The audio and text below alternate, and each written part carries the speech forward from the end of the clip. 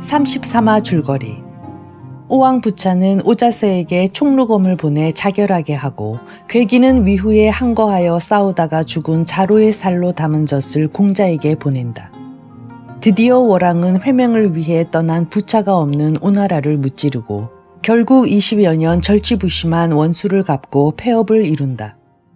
석공은 적나라를 쳐 아버지의 원수를 갚으려는 백공승을 죽여 초나라를 평정시키고 마침내 진나라를 멸망시켜 초나라는 그로 인해 안정된다. 진나라의 4가 중 지백은 권력을 잡고 나머지 3가를 굴복시키려 하는데 조양자가 이에 불응하자 물을 대어 진양성을 잠기게 하지만 오히려 역공격을 당해 죽임을 당한다. 예양은 죽은 지백의 원수를 갚기 위해 조양자를 죽이려 하지만 실패하고 조양자의 옷을 칼로 치고 자결한다.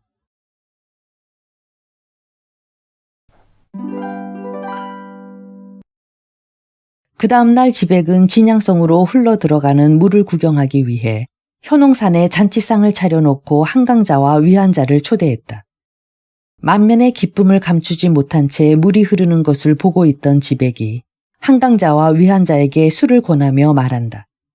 이제 진양성에 침수되지 않은 부분은 육적밖에 남지 않았소. 나는 오늘에야 물이 가히 나라도 망칠 수 있다는 것을 알았소.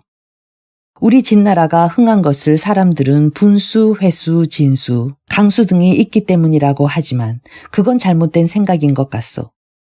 내가 보기엔 물은 도리어 나라를 망치는 데 적합한 것 같소. 이윽고 술자리가 파하자 위한자와 한강자는 각기 자기 군영으로 돌아갔다. 치자가 지백에게 말한다. 한시와 위시는 장차 주공을 배반할 것입니다. 곧 진양성이 함락되어 조씨의 땅을 3분의 1씩 차지하게 되었는데도 그들의 얼굴에는 기쁨의 표정이 없었습니다. 이에 지백이 고개를 흔든다. 그들이 어찌 감히 나를 배반할 마음을 가지겠소. 치자가 거듭 간한다. 오늘 주공께서 물이란 나라를 망치는 데 적합하다는 말씀을 하셨습니다. 그렇다면 진수가 진양성을 망칠 수 있듯이 분수는 안읍을, 강수는 평양을 망칠 수 있다는 뜻도 됩니다. 그 말을 들은 한시와 위시가 어찌 불안하지 않겠습니까? 그 다음날 한강자와 위한자는 술을 준비해가지고 지백의 군영에 가서 전날 지백이 베푼 잔치에 대한 보답으로 술자리를 만들었다. 그 자리에서 지백은 고나는 잔을 들지 않고 한강자와 위한자에게 말한다. 나는 원래 성질이 곧아서 할 말을 가슴에 품고 있지 못하는 사람이요. 일전에 어떤 사람이 한 장군과 위 장군이 딴 생각을 가졌을지도 모른다는 말을 합디다. 두 장군은 그 말을 어떻게 생각하오? 한강자와 위한자가 입을 모아 묻는다. 원수는 그 말을 믿으시오. 지백이 대답한다. 믿지 않으니 두 장군에게 말하는 게 아니오. 한강자가 말한다.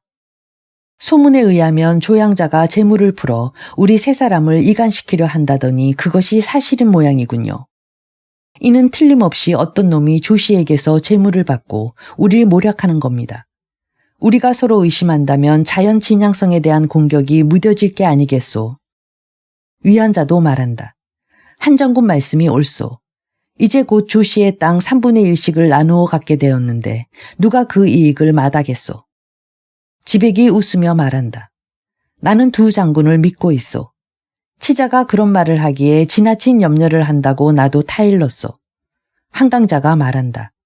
원수가 그런 근거 없는 말을 고지 듣는다면 우리는 발붙일 곳이 없게 됩니다. 그러자 지백이 술잔을 들어 땅에 술을 부으며 맹세한다. 천지신명이여, 우리가 앞으로 서로 의심하거나 시기하면 우리를 이 술처럼 버리소서. 이에 한강자와 위한자는 고개를 숙여 감사한다. 한강자와 위한자가 돌아간 후 치자가 들어와 지백에게 묻는다. 주공은 두 장군에게 신이 한 말을 하셨지요. 지백이 반문한다. 아니, 그걸 어떻게 아오? 치자가 말한다. 신이 방금 원문에서 두 장군을 만났는데 신을 흘겨보더니 그냥 가버렸습니다. 신의 속마음을 모르고서야 그들이 어찌 그런 행동을 하겠습니까? 지백이 웃으며 말한다. 나는 땅에 술을 뿌리며 한시 위시와 맹세했소. 그러니 그대는 더 이상 쓸데없는 말을 하지 마오. 치자는 지백의 앞을 물러나와 탄식한다. 지씨의 명도 이제 다 됐구나. 이튿날 치자는 병을 핑계로 진나라로 달아났다. 그날 밤 한강자와 위한자는 장맹단과 함께 입술에 피를 바르고 서로 맹세했다. 한강자와 위한자가 장맹담에게 말한다. 내일 우리가 저수지의 둑을 무너뜨려 다른 곳으로 물을 뺄 테니 진양성에 물이 줄기 시작하면 그걸 신호로 알고 군사를 일으켜 밖으로 나오도록 하시오. 성으로 돌아간 장맹담의 말을 들은 조양자는 크게 기뻐하며 즉시 출동 준비를 서둘렀다. 이튿날 밤 한강자와 위한자는 어둠을 틈타 군사들을 이끌고 저수지를 수비하는 지백의 군사를 습격하여 모조리 쳐 죽인 다음 서쪽 둑을 무너뜨렸다. 순식간에 저수지의 물은 서쪽으로 빠져나가 지백의 본진을 덮쳤다. 지백의 군사들은 한밤중에 물벼락을 맞고 혼비백산했다. 지백도 군사들의 아우성 소리에 놀라 깨었다. 물은 이미 그의 침상위까지 올라왔다. 그는 잘못해서 둑이 새는 것으로 생각하고 좌우 사람들을 불러 저수지를 수리하라고 일렀다. 그러나 시간이 지날수록 물은 더욱 불어나 지백의 군영은 완전히 물바다가 되었다. 그제야 지백은 사태를 짐작하고 크게 당황했다. 그때 지국과 예양이 수군을 이끌고 와 지백을 구출했다. 지백이 뗏목위에서 주위를 둘러보니 자기 편 군사들이 물에 잠겨 곳곳에서 허이적거리고 있었다. 다음 순간 어디선가 북소리가 들리더니 한시와 위시의 군사들이 배를 타고 쳐들어왔다. 그들은 물속에서 허이적거리는 지시의 군사들을 닥치는 대로 쳐 죽였다. 지백이 하늘을 우러러보며 탄식한다. 내가 치자의 말을 듣지 않아 이런 변을 당하는구나. 곁에 있던 예양이 말한다. 한탄만 하고 있을 때가 아닙니다. 주공은 속히 산을 끼고 달아나 진나라로 가 군사를 빌어오십시오. 신이 목숨을 걸고 뒤를 막겠습니다. 지백은 이 말을 쫓아 지국과 함께 조그만 배를 타고 산 뒤로 돌아갔다. 그러나 그곳에는 이미 조양자가 장맹담과 함께 매복해 있었다. 지백은 꼼짝없이 사로잡혀 조양자 앞으로 끌려갔다. 조양자는 지백의 죄를 낱낱이 들어 꾸짖은 다음 자기 손으로 그의 목을 쳤다. 지국은 지백이 죽는 것을 보고 스스로 물속에 몸을 던져 죽었다. 그리고 예양은 남은 군사를 모아 분전했으나 대세가 기울자 석실산 쪽으로 달아났다. 이리하여 지시의 군사는 다 패하고 말았다. 이날이 3월 병술일이었다. 지난날 곽산의 산신이 준 대통 속의 글이 딱 들어맞은 것이다. 조양자는 물길을 정돈하고 진양성 안으로 들어가 백성들을 위로했다. 이어 조양자와 한강자, 위한자가 함께 진나라의 도읍인 강주로 돌아와 지시 일족을 모조리 잡아 죽였다. 이리하여 지시 일족은 시도 없이 망했는데 다만 전날 성을 보시로 바꾼 쥐가만 살아남았다. 조양자를 비롯한 세 사람은 지시 일족의 영토를 몰수하여 똑같이 나누어 가졌다. 그들 삼가는 결국 한치의 땅도 진해공에게 돌려주지 않았다. 이때가 주정정왕 16년이었다. 조양자는 지난날 앞일을 예언해 준 데 감사하여 곽산의 산신에게 해마다 제사를 지냈다. 그리고 지백에 대한 복수심에서 그 두개골에 오치를 하여 요강으로 사용했다. 석실산에 숨어있던 지백의 신하 예양은 이 소식을 듣고 허름한 차림으로 산에서 내려왔다. 그는 이름을 바꾸어 딴 사람의 행세를 하며 가슴에 비수를 감추고 기회를 엿보다가 마침내 조양자의 집 변소에 숨어들었다. 예양은 그곳에서 기다리다가 조양자를 찔러 죽일 작정이었다. 그날 조양자는 변소에 들어가려는데 왠지 가슴이 뛰고 정신이 어지러웠다. 그는 이상한 예감이 들어 사람을 시켜 변소를 뒤지게 했다. 숨어있던 예양이 곧 잡혀 조양자 앞으로 끌려왔다. 조양자가 예양에게 묻는다. 품에 비수를 감추고 있었다니 필시 나를 암살할 작정이었구나. 예양이 거침없이 말한다. 나는 지백의 신하였다. 주인의 원수를 갚으려 했을 뿐이다. 좌우에서는 예양을 속히 죽이라고 권했으나 조양자는 고개를 가로젓는다. 예양은 참으로 절개가 높은 의사다. 이런 사람을 죽인다는 것은 옳은 일이 아니다. 즉시 예양을 석방하라. 조양자가 풀려나 밖으로 나가려는 예양에게 묻는다. 내가 그대를 살려보내니 앞으로 나에 대한 원한을 풀겠느냐? 예양이 대답한다. 당신이 나를 놓아주는 것은 개인적인 은혜일 뿐이요. 하지만 내가 원수를 갚는다는 것은 신하로서의 대의를 지키기 위해서요. 그러자 좌우 사람들이 조양자에게 다시 간한다. 이런 놈을 살려보낸다면 필시 뒷날 화근이 될 것입니다. 조양자가 말한다. 내가 앞으로 각별히 조심하면 괜찮을 것이니 그냥 보내도록 하라. 그날 조양자는 강주를 떠나 진양으로 갔다. 자기를 노리는 예양을 피해 안전한 곳을 찾아간 것이다. 예양은 자기 집으로 돌아간 후에도 지백의 원수를 갚을 생각만 하다가 말리는 아내를 뿌리치고 집을 나왔다. 예양은 곧 조양자가 있는 진양성으로 가고 싶었다. 그러나 그냥 갔다가는 행색이 드러나 붙잡히게 될 것이므로 눈썹을 깎고 온몸에 오칠을 하여 문둥이처럼 가장한 채 강주 성내를 돌아다녔다. 예양의 아내는 집을 나가 남편을 찾기 위해 성내를 돌아다니다가 어느 집 문 앞에서 구걸하는 거지의 목소리를 듣고 깜짝 놀랐다. 그것은 분명 자기 남편의 목소리였다. 그러나 모습은 전혀 달랐다. 목소리는 똑같은데 사람이 다르구나. 예양의 아내는 한숨을 쉬며 그 자리를 떠났다. 예양은 아내가 자기 모습은 몰라보지만 목소리는 알아듣는 것을 보고 숯을 먹어 목소리를 변질시켰다. 이제는 아무도 예양을 알아보는 사람이 없었다. 그런데 단 한 사람, 예양의 그러한 뜻을 알고 있는 친구가 있었다. 어느 날 그 친구는 흉악한 몰골로 구걸을 하며 돌아다니는 예양을 자기 집으로 불러 음식을 대접했다. 그 자리에서 친구가 예양에게 충고한다. 자네가 죽은 지백의 원수를 갚을 결심이라면 더 좋은 방법이 있네. 자네의 재주라면 조양자도 벼슬을 줄 테니 곁에서 일을 보며 기회를 엿본다면 훨씬 쉽게 뜻을 이룰 수 있지 않겠나. 이에 예양이 정색하고 대답한다. 자네의 말이 옳을지도 모르지. 그러나 내가 조양자의 신하가 되었다가 그를 죽인다면 이는 내가 두 마음을 가지는 것이 되니 세상 사람들에게 두 마음을 갖지 말라 경고하려는 내 뜻에 어긋나네. 친구의 집을 나온 예양은 그 길로 진양성으로 갔다. 진양성에 도착한 예양은 역시 구걸을 하며 성중을 돌아다녔으나 그를 알아보는 사람은 없었다. 조양자는 진양에 있으면서 지난날 지백이 만든 저수지 위에 다리를 만들고 적교라 이름을 붙였다. 적이란 불다는 뜻으로 불을 말하니 불이 물을 이길 수 있다는 뜻에서였다. 즉 진수의 재해를 미리 막기 위해 적교를 세워 물기운을 누른다는 뜻이었다. 마침내 적교가 준공되었다. 조양자는 수레를 타고 새로 만들어진 적교를 구경하러 가기로 했다. 이 사실을 탐지해낸 예양은 날카로운 비수를 품고 적교 아래로 가서 죽은 사람처럼 엎드려 있었다. 이윽고 조양자가 탄 수레가 적교에 다다랐다. 수레가 막 적교 위로 들어서려는 순간 수레를 끌던 말이 갑자기 걸음을 딱 멈추고 슬피 울기 시작했다. 어자가 아무리 채찍질을 해도 말은 움직이려 하지 않았다. 이것을 본 장맹담이 조양자에게 아랜다.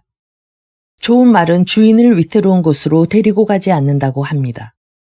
이 말이 적교를 건너지 않으려고 버티는 것으로 보아 이 다리에 수상한 자가 숨어 있는 것이 분명합니다. 다리 밑을 수색해 보는 게 좋겠습니다. 조양자는 좌우에 분부하여 수색해 보도록 했다. 잠시 후 다리 밑을 수색하던 자가 돌아와 고한다. 이 근방에는 별로 수상한 자가 없고 단지 다리 밑에 죽은 시체 하나가 있을 따름입니다. 그러자 조양자가 다시 분부한다. 새로 만든 다리 밑에 무슨 시체가 있겠느냐. 필시 예양이란 자일 테니 당장 이리로 데려오너라. 이윽고 조양자 앞으로 끌려온 자는 모습은 변했으나 예양임이 틀림없었다. 조양자가 노하여 소리친다. 내 지난날 너를 살려보냈거늘 이제 또 나를 죽이려고 왔느냐. 여봐라, 이놈을 참아여라. 그러자 예양은 하늘을 우러러보며 통곡한다. 예양의 두 눈에서는 피눈물이 흘러내렸다. 조양자가 말한다. 너는 처음에는 범시를 섬겼었다. 그 범시 일족이 지백에게 망하자 너는 옛 주인의 원수를 갚기는커녕 도리어 지백을 섬기지 않았느냐. 그런데 왜 지백을 위해서는 굳이 원수를 갚으려 하느냐. 예양이 대답한다. 범시는 나를 알아주지 않았으나 지백은 국사로 대우해 주었소. 그러니 어찌 지백과 범실을 같이 생각할 수 있겠소. 그러자 조양자는 허리에 찬 칼을 풀어 예양에게 준다. 그대의 마음이 철석 같으니 더 이상은 용서할 수 없다. 그러나 차마 그대에게 형벌을 내릴 수는 없으니 이 칼로 자결하라. 예양이 그 칼을 받고 청한다.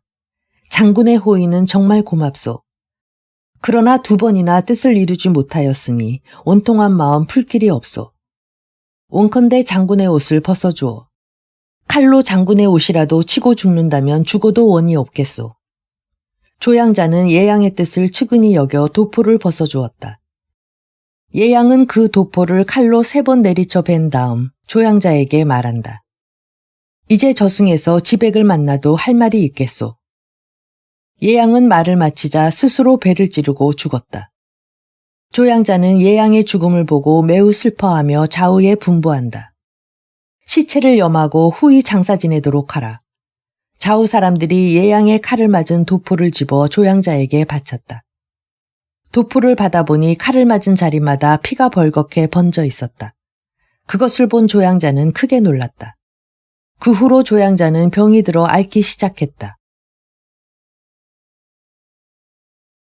85. 철중상갱.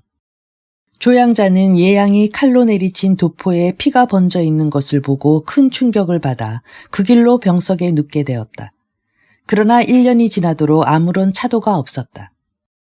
조양자에겐 아들이 5 있었다. 지난날 조양자는 자기 형인 조백로를 대신하여 조씨의 종손이 되었다. 그 후 그는 조백로의 아들 조주에게 대를 물려주려 했으나 조주도 일찍 죽어버렸다. 이에 조양자는 조주의 아들 조안을 세자로 세웠다. 죽음이 임박하자 조양자가 조안에게 유언한다. 우리 조씨는 한시 위씨와 손을 잡고 지시 일족을 없애고 세력을 키웠다. 백성들도 우리 조씨에게 기꺼이 복종하고 있다. 이 기회에 너는 한시 위씨와 손을 잡고 진나라를 나누어 가지도록 해라. 그런 후에 종묘와 사직을 세워 나라를 일으켜 자손에게 전하도록 하라. 망설이다가 진나라에서 영특한 군주가 나와 우리의 세력을 꺾어버릴지도 모르니 기회를 놓치지 말도록 하라. 조양자는 이 말을 남기고 죽었다. 이에 조안은 조씨의 대를 이었다. 이때가 주고왕 4년이었다.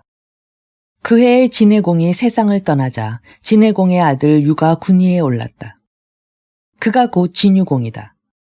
드디어 한강자와 위안자와 조안은 서로 결탁하여 진나라의 강주와 고곡 2 고을만 진유공에게 주고 나머지 땅은 3부분으로 나누어 차지했다. 이때부터 한시, 위시, 조씨를 삼진이라 칭했다. 그리하여 진유공은 군우의 몸으로서 한시, 위시, 조씨를 섬기게 되었다. 즉 진나라에서는 군주가 신하 노릇을 하고 신하가 군주 노릇을 하게 된 것이었다. 이에 제나라 정승 전반은 자기 형제와 친척들에게 실권을 주어 나라를 다스리게 했다. 그리고 진나라로 사신을 보내 삼진의 성립을 축하하고 우호관계를 맺었다. 이때부터 제나라의 전시와 진나라의 한시, 위시, 조씨는 여러 나라와 국교를 맺고 제나라, 진나라 군우는 유명무실한 존재가 되었다. 당시 주고왕은 동생인 개에게 하남성을 주고 주공의 관직을 맡겼다. 그리고 개의 아들 반에게는 공땅을 주었다. 왕성의 서쪽에 위치한 하남성에 있는 개는 스스로 서주공이라 칭하고 동쪽에 위치한 공에 있는 반은 스스로 동주공이라 칭했다. 이때부터 주나라는 동주, 서주로 나뉘었다. 그 후 주고왕이 세상을 떠나고 그의 아들 오가 왕위에 올랐으니 그가 곧 주의열왕이다. 주의열왕의 주기를 전후해서 천하에는 많은 변화가 있었다. 진나라에서는 조안, 한강자, 위안자가 죽고 조적, 한건, 위사가 뒤를 이었으며 제나라에서는 전반이 죽고 그의 손자 전화가 대를 이었다. 진나라와 제나라의 사가는 서로 돕고 밀어주며 대사를 도모했다. 주의열왕 23년 내성병력이 쳐 주나라의 구정, 즉 중국의 9주를 상징하는 9개의 가마솥을 뒤흔드는 변개가 발생했다. 이 소문을 듣고 진나라의 조씨, 한씨, 위씨가 모여 상의한다. 주왕실의 구정은 하나라, 은나라, 주나라 3대를 전해 내려온 보물이요. 그것이 뇌송병력에 흔들렸다고 하니 이제 주나라의 운도 다 된 것 같소. 주 왕실이 쇠약한 이때 우리도 각기 제후로 승격시켜달라고 합시다. 주천자가 우리를 승인해 준다면 국가가 될 수 있으니 더 이상 좋은 일이 어디 있겠소. 그리하여 새 가문은 많은 뇌물을 주의 여랑에게 바치고 자기들을 제후의 열에 올려줄 것을 청했다. 주의 여랑이 삼가가 보낸 사자들에게 묻는다. 삼가가 진나라 땅을 다 빼앗았느냐? 위시의 사자 전문이 대답한다. 진나라가 백성을 바로 다스리지 못하여 안팎으로 반란이 일어났사옵니다. 그래서 우리 삼가가 반란을 일으킨 자들을 물리치고 그들의 땅을 몰수했을 뿐 진나라 땅을 빼앗은 것은 아니옵니다. 주의 여랑이 다시 묻는다. 그냥 제후로 행세를 하면 될 텐데 어찌하여 짐의 승낙을 얻으려 하는고? 이번에는 조시의 사자 공중년이 대답한다. 우리의 세력은 스스로 제후로 행세하기에 충분하지만 이렇게 청을 드리는 것은 천자를 존중하기 때문이옵니다. 만일 저희들의 청을 승낙해 주신다면 대대로 주왕실을 섬기겠나이다. 이 말에 주의 여랑은 흔쾌히 고개를 끄덕이며 즉시 내사를 불러 분부한다. 조적 한건 위사를 조후 한우 위후에 봉하는 첩지를 내리라. 그리고 그들에게 각각 보명과 구벽을 하사하여라. 이로써 삼진의 주인들은 여루에 오르게 되었다. 삼진은 모든 백성들에게 왕명을 알리고 각기 종묘와 사직을 세워 나라를 일으켰음을 선포했다. 조후는 중모에, 한우는 평양에, 위후는 안읍 땅에 도읍을 정했다. 많은 나라가 사신을 보내 삼진이 제후의 열에 든 것을 축하했다. 그런데 초나라와 동맹을 맺은 후 중국과 왕래를 끄는 진나라는 삼진의 사신도 보내지 않았고 축하의 뜻을 표하지도 않았다. 얼마 후 삼가는 마침내 진정공을 폐위시켜 진나라를 멸망시켰다. 이로써 진나라는 당숙으로부터 진정공에 이르기까지 29대 만에 멸망하고 만 것이다. 삼진 중에서도 위문우사가 가장 어진 군주였다. 그는 사사로움을 버리고 모든 선비들을 공경했다. 그 당시 공자의 제자 자아가 서하에서 강론을 펴고 있었는데 위문우는 서하까지 친히 가서 자아의 가르침을 받았다. 위문우는 또 서하에서 현자로 이름이 높은 전자방과도 깊은 교우관계를 맺었으며 단간목의 덕행이 뛰어나다는 소문을 듣고 그를 찾아간 일도 있었다. 위문우가 찾아갔을 때 단간목은 뒷담을 넘어 몸을 피했다. 참으로 고고한 선비로구나. 위문우는 이렇게 감탄하며 한 달 동안 서하에 머물면서 날마다 단간목의 집을 찾아갔다. 위문우는 수레를 타고 가다가 단간목의 집 근처에 이르면 반드시 내려 걸어가곤 했다. 이러한 정성에 감동이 되어 단간목은 결국 한 달 만에 위문우를 영접했다. 그 후 위문우는 단간목과 전자방을 상빈으로 모셨다. 이러한 소문을 들은 강호의 선비들은 위문우의 덕을 추앙하게 되었다. 위문우의 주위에는 이극, 책황, 전문 등 유능한 인물이 많이 모였다. 진나라에서는 여러 차례에 걸쳐 위나라를 치려고 했으나 워낙 훌륭한 인물들이 많았기 때문에 단념하곤 했다. 어느 날 위문우가 사냥을 담당하는 우인에게 말한다. 내일 5시에 교회에 나가 사냥을 할 테니 준비를 하여라. 그런데 이튿날은 비가 내렸다. 위문우는 술을 내오게 하여 신하들과 주연을 베풀었다. 취용이 무르익는 판에 위문우가 좌우에 묻는다. 5시가 되려면 얼마나 있어야 하느냐.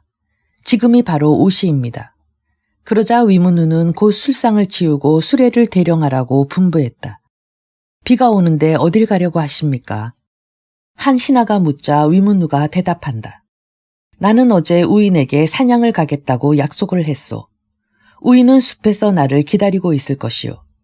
사냥은 하지 않더라도 우인과의 약속은 지켜야 하오. 이렇게 말하고 위문우는 빗속을 달려 숲으로 갔다. 모두들 이 이야기를 듣고 감탄한다. 우리 주공은 그렇게 신용을 지키는구나. 신하들은 스스로 조심하여 신용을 잃지 않도록 했다. 그 무렵 진나라 동쪽에 중산이라고 하는 작은 나라가 있었다. 중산은 자작의 나라로서 그 주인은 희씨였다. 중산국은 선우라고 불리기도 했는데 진소공 때부터 자주 진나라를 침범했다. 그러다가 조간자에 의해 평정되어 해마다 진나라에 조공을 바치게 되었다. 그 후 진나라가 셋으로 나뉘자 중상국은 누구를 섬겨야 할지 몰라 아무에게도 조공을 바치지 않고 있었다. 중상국은 희굴에 대해 이르러 매우 어지러워져 불상사가 끊이지 않았다. 이에 위문후는 중상국을 치기로 작정하고 신하들과 이 일을 상의했다. 위성이 아랜다. 중상국은 서쪽의 조나라와 가까워 우리가 정벌한다 할지라도 지키기 힘들 것입니다. 위문후가 말한다. 그러나 만일 그냥 두어 조나라와 중상국이 동맹을 맺으면 우리는 북쪽 세력을 견제하기 어려울 것이요. 책황이 아랜다. 악양이란 사람을 대장으로 삼으면 뜻을 이룰 수 있을 것입니다. 그는 곡구 땅 출신으로 문무를 겸비한 사람이니 그를 대장으로 삼으십시오. 위문후가 묻는다. 어째서 그를 대장으로 삼으라 하오? 어느 날 악양은 길에 떨어져 있는 황금을 주워 집으로 가지고 간 일이 있습니다. 그러자 악양의 아내는 지사는 남몰래 샘물도 마시지 않는 법이라며 황금에 침을 뱉었습니다. 악양은 그 말에 감동하여 황금을 내다 버린 다음 노나라와 위나라에 가서 학문을 닦았습니다. 그가 1년 만에 집으로 돌아오자 배틀에서 비단을 짜고 있던 아내가 학문을 성취했느냐고 물었습니다. 악양이 아직 성취하지 못했다고 하자 아내는 칼로 배틀의 실을 모조리 잘라버렸습니다. 악양이 놀라 그 까닭을 묻자 아내가 말했습니다. 남자는 학문을 성취한 뒤에야 행동할 수 있습니다. 그것은 비단을 다 짠 후라야 옷을 만들 수 있는 것과 같습니다. 그런데 당신이 중도에 학문을 포기하고 돌아왔으니 실이 끊어진 배틀의 비단과 무엇이 다르겠습니까? 라고 했습니다. 이에 크게 감복한 악양은 다시 집을 떠나 7년 동안 돌아가지 않고 있습니다. 그 악양이 지금 우리 위나라에 와 있습니다. 위문후가 그 말을 듣고 즉시 책항에게 분부한다. 내 수레를 가지고 가서 악양을 모셔오도록 하오. 그러자 좌우의 신하들이 아랜다. 악양의 아들 악선은 중상국에서 벼슬을 살고 있다고 합니다. 그런데 악양을 어찌 중상국을 치는데 대장으로 삼을 수 있겠습니까? 책황이 다시 아랜다. 악서가 중상국 군주에게 자기 아버지를 청거하여 사람을 보내어 부른 일이 있었으나 악양은 중상국 군주가 무도하다고 하며 응하지 않았습니다. 이에 위문후는 악양을 부르기로 결심했다. 이튿날 악양이 궁으로 오자 위문후가 묻는다. 과인은 그대에게 중상국을 치는 일을 맡기고 싶소. 그런데 그대의 아들이 중상국에서 벼슬을 하고 있으니 어쩌면 좋소. 악양이 대답한다. 대장부에게는 무엇보다 공명이 중합니다. 어찌 사사로운 일에 매달리겠습니까? 만일 신이 중상국을 무찌르지 못한다면 군법을 달게 받겠습니다. 위문후는 크게 기뻐하며 악양을 원수로 삼아 중상국 정벌에 군사를 내었다. 원수 악양은 서문표를 선봉으로 한 5만의 군사를 이끌고 중상국으로 진군했다. 이 급보를 받고 중상국에서는 대장 고수로 하여금 추산으로 나아가 위군을 맡게 했다. 악양은 일단 문산에 영체를 세워 대치했는데 한 달 남짓 되도록 승부를 내지 못했다. 악양이 서문표를 불러 말한다. 내가 추산을 살펴보니 노나무가 많은데 누구 용기 있는 자가 추산으로 숨어 들어가 불을 지른다면 큰 성공을 거둘 수 있을 것이요. 서문표가 말한다. 바라건대 소장을 보내주십시오. 서문표는 차비를 갖추고 출진했다. 8월 중추를 맞아 중상국주 희굴은 술과 고기를 추산으로 보냈다. 중상국 대장 고수는 그 음식을 가지고 잔치를 벌였다. 밤이 깊어 삼경이 되자 서문표는 추산으로 숨어들어 인하약을 뿌렸다. 그런 다음 숲속으로 횃불을 던졌다. 가을철이라 나무가 적당히 말라 있어 불길은 삽시간에 번져나갔다. 기분 좋게 술에 취해 있던 중상국 병사들은 황급히 불을 끄려 했다. 그러나 불길이 너무 맹렬해 끌 도리가 없었다. 고수는 추산 뒤로 달아났으나 매복해 있던 악양으로부터 습격을 받았다. 결국 중상궁은 대패하고 대장 고수는 악종고투 끝에 사지를 벗어났다. 패잔병을 거느린 고수가 희굴에게 가서 아랜다. 악양은 보통 장수가 아닙니다. 신으로서는 당적하기가 어렵습니다. 며칠 후 악양은 중산성을 포위했다. 희굴이 안절부절 못하고 있는 것을 보고 중상국 대부인 공손초가 아랜다. 악양은 우리나라에서 벼슬을 살고 있는 악서의 친아비입니다. 악소로 하여금 악양을 물리치게 하십시오. 그 말을 듣고 희굴이 악서를 불러 분부한다. 그대의 아비가 우리를 공격하고 있으니 그대가 성 위에 올라가 물러가게 하라. 그러면 큰 고을을 상으로 주겠노라. 악서가 대답한다. 신은 신대로, 아버지는 아버지대로 각기 자기 주군을 섬기는 처지입니다. 그러니 신이 청한다 해도 아버지는 물러가지 않을 것이옵니다. 그러나 희굴이 제삼 강요하자 악서는 하는 수 없이 성 위로 올라갔다. 악서가 성 아래를 굽어보며 아버지 악양을 만나게 해달라고 소리쳤다. 갑옷을 입고 누차 위에 올라간 악양이 성 위를 올려다보며 아들을 꾸짖는다. 군자는 자고로 주인을 함부로 택하지 않는 법인데 너는 부귀를 탐하여 분별을 잃고 있다. 나는 위나라 군주의 명을 받고 중상국을 토벌하러 왔으니 너는 속히 너희 주인에게 항복하라 일러라. 그러기 전에는 이 아비와 다시 만날 생각을 하지 말아라. 악서가 대답한다. 중상국이 항복하느냐 않느냐 하는 것은 우리 주공이 결정할 일입니다. 어찌 소자가 마음대로 할 수 있겠습니까? 아버님께서는 부디 잠깐 공격을 멈추시고 군신 간에 서로 상의할 시간을 주십시오. 악양이 말한다. 그렇다면 앞으로 한 달 동안은 성을 공격하지 않을 테니 그동안에 결정을 짓도록 하라. 악양은 자기 진으로 돌아가 군사들에게 포위만 하고 당분간은 공격을 하지 말라고 일렀다. 중상국의 군주 희굴은 위나라 군사가 공격하지 않는 것을 보고 악양이 아들을 아끼기 때문에 망설이는 것으로 생각하고 한시름 놓았다. 그러나 희굴에게 별 뾰족한 수가 있는 것은 아니었다. 그럭저럭 한 달이 지났다. 악양은 희굴에게 사람을 보내 항복하라고 독촉했다. 그러자 희굴은 또 악서를 성 위로 올려보냈다. 악서가 좀 더 여유를 달라고 애원하자 악양은 다시 한 달을 기다려주겠다고 약속했다. 다시 한 달이 지났다. 희굴은 또 악서를 성 위로 올려보내 좀 더 시간 여유를 달라고 청하게 했다.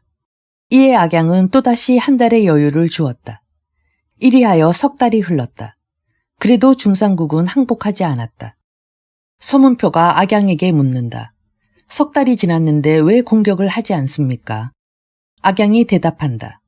내가 석 달 동안 공격을 하지 않는 것은 아비로서의 정 때문이 아니라 중상국 백성들에게 인심을 얻기 위해서요. 한편 하루아침에 원수가 된 악양을 은근히 질투하고 있던 위나라 대신들은 악양이 석 달 동안이나 공격하지 않고 있다는 소식을 듣고 위문우에게 참소했다.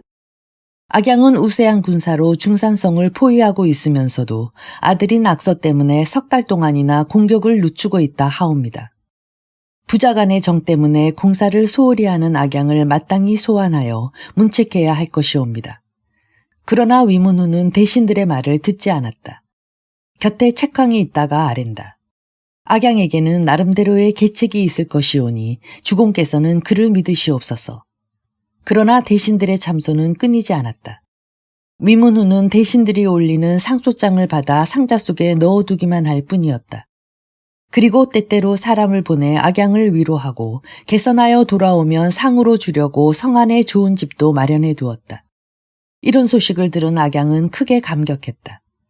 악양은 중상국이 끝내 항복하지 않자 드디어 총공격을 개시했다. 그러나 중산성은 튼튼하고 성 안에 식량도 충분했기 때문에 좀처럼 함락되지 않았다. 그리하여 다시 몇 달이 흘렀다. 악양은 초조하여 몸소 앞장서 성을 공격했다. 위나라 군사들은 원수가 화살이 쏟아지는 속에 나아가 용전하는 것을 보고 사기가 올라 한층 힘을 냈다. 그러던 어느 날 중상국의 대장 고수는 난전 속에서 화살을 머리에 맞고 죽었다. 이윽고 성 안에는 무기가 바닥나 집을 헐어 그 돌과 기둥을 성 아래로 던지기에 이르렀다. 마침내 중산성은 함락의 위기를 맞이했다. 공손초가 희굴에게 계책을 아랜다. 높은 장대에 악서를 비끄러매어 성 위에 내세우면 악양은 더 이상 공격을 못할 것이옵니다. 희굴은 곧 그 계책대로 행하라 명했다. 악서는 높은 장대에 비끄러매어진 채 성 아래를 보고 큰 소리로 애원한다. 아버님, 살려주십시오. 아버님이 물러가지 않으면 소자는 죽습니다. 이에 악양이 큰 소리로 꾸짖는다. 이 불초한 자식아, 이 아비의 말을 잘 들어라. 너는 벼슬을 살면서도 그 나라를 위해 그럴듯한 계책을 세우지도 못하고 또 싸워 이기지도 못했으니 마땅히 부끄럽게 여겨야 할 것이다. 그런데도 구차하게 살려달라고 하니 차마 그 꼴을 보고 있을 수 없다. 차라리 내 손으로 죽이는 것이 낫겠다. 말을 마친 악양은 활을 들어 아들을 쏘려했다. 이에 악선은 기졸초풍하여 자기 군사에게 내려달라고 소리쳤다. 중상국 군사들은 급히 악서를 끌어내었다. 겨우 목숨을 건진 악서가 희굴에게 아랜다. 신의 아비는 위나라만 섬길 뿐 자식을 조금도 위하지 않사옵니다. 그러니 주공께선 다른 계책을 강구하시옵소서. 신은 주공께 죽음을 청해 적을 물리치지 못한 죄를 씻겠사옵니다. 곁에서 공손초가 아랜다. 아비가 우리 성을 공격하니 그 자식에게도 죄가 없지 않사옵니다. 마땅히 악서에게 죽음을 내려야 하옵니다. 그러자 희굴은 악서에게 칼을 주어 자결하게 했다. 악서가 스스로 목을 찌르고 죽자 공손초가 계책을 말한다.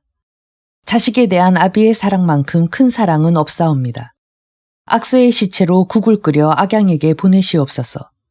그러면 악양은 슬픔에 넋을 잃게 될 것이니 그럴 때 위나라 군사를 공격하면 능히 승전할 수 있을 것이옵니다. 희굴은 물에 빠진 사람이 지푸라기라도 잡는 심정으로 공손초의 말을 따랐다. 중상국 사자가 악서의 목과 그 시체로 끓인 국을 가지고 가서 악양에게 바쳤다. 악양은 악서의 목을 보고 크게 꾸짖는다. 이 멍청한 놈아, 내가 무도한 주인을 섬겼으니 누굴 원망하겠느냐. 내 스스로 죽음을 청한 거나 다름없다. 그리고 악양은 중상국 사자가 보는 앞에서 그 국을 한 그릇 다 먹고 말한다.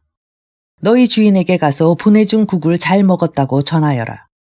중산성이 함락되는 날 내 직접 만나 감사의 말을 하리라. 사자가 돌아가 그대로 보고하자 희굴은 크게 상심했다. 이튿날부터 위나라의 공격은 더욱 치열해졌다. 중산성의 운명은 바람 앞에 등불이었다. 희굴은 악양의 보복이 두려워 전전긍긍하다가 후궁으로 들어가 스스로 목을 메고 자결했다.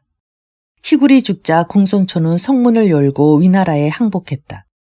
악양은 제목을 일일이 나열하여 공손초를 꾸짖은 다음 그 목을 쳐 죽였다.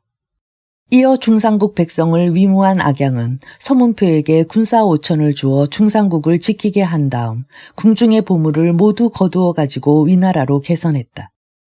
위문후는 친히 성문 밖까지 나아가 악양을 영접했다. 악양은 위문후와 함께 궁으로 돌아와 중상국의 지도와 보물을 바쳤다. 위문후는 크게 기뻐하며 잔치를 열어 악양의 공을 치하했다.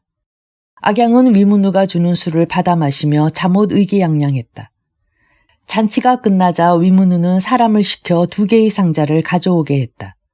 그리고 그 상자를 악양의 집까지 운반해 주도록 했다.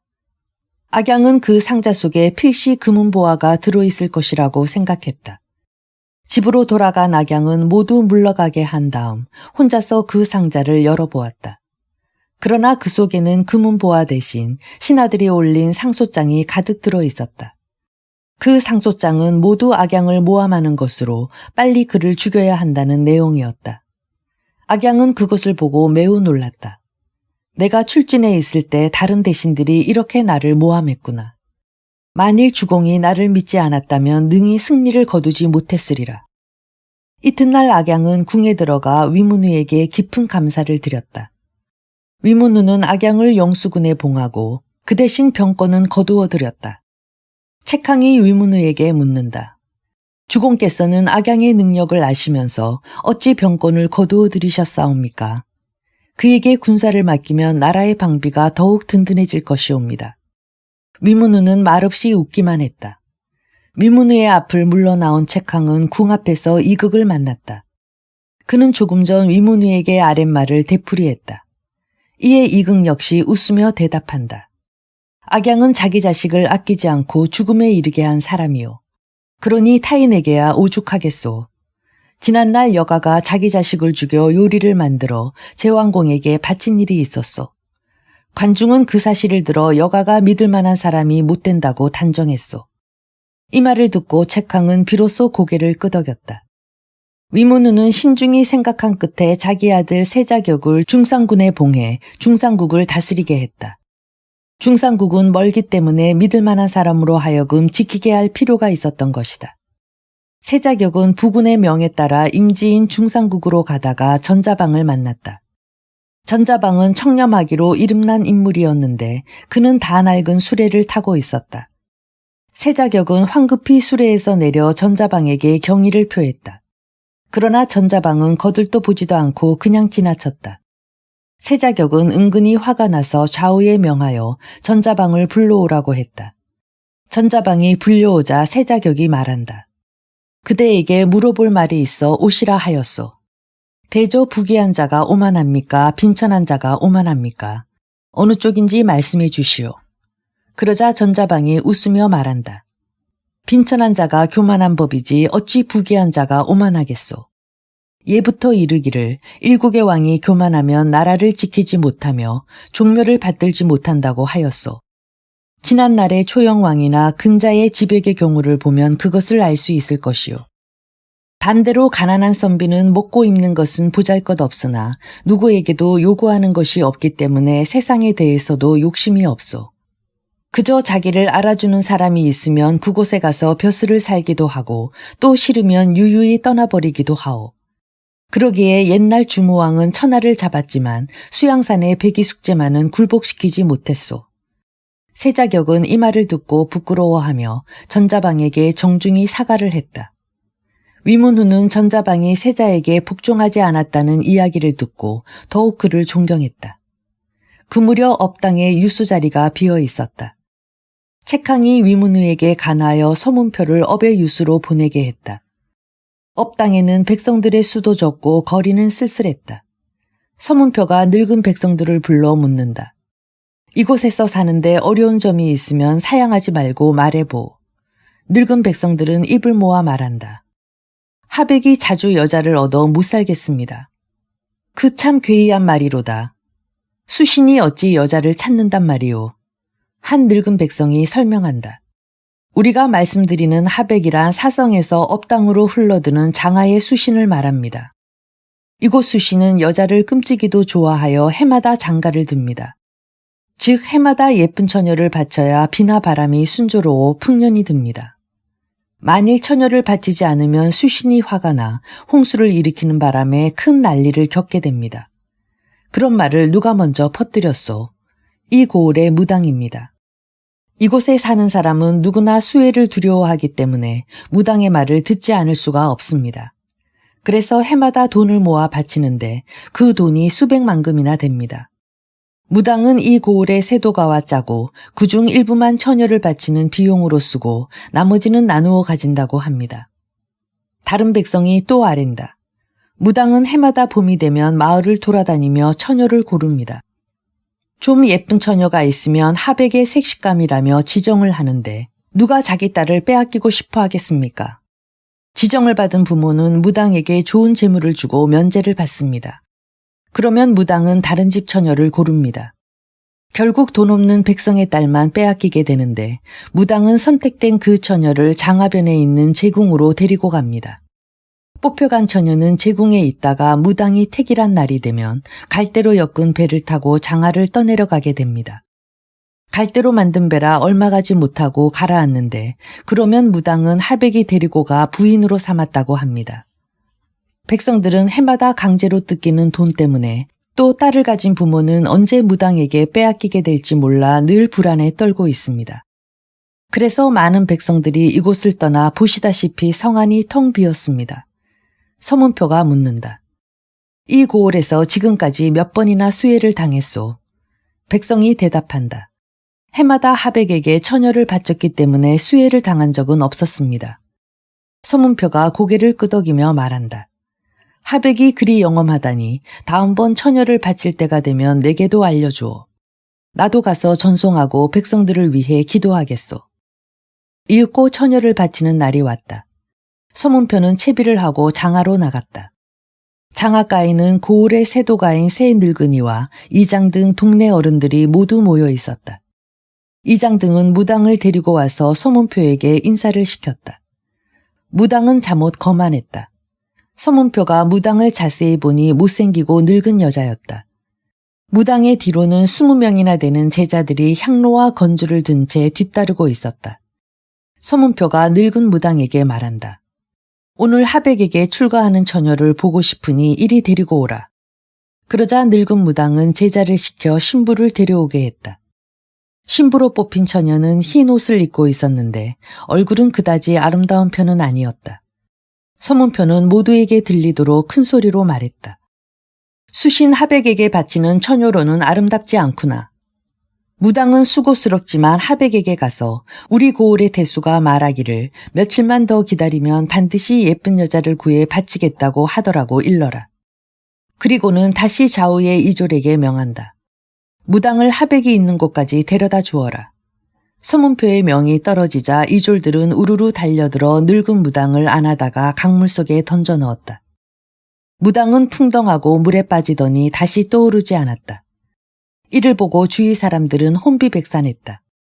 서문표는 아무 말도 하지 않고 한동안 강물을 내려다보고 서 있더니 다시 말한다. 왜 이리 소식이 없을꼬?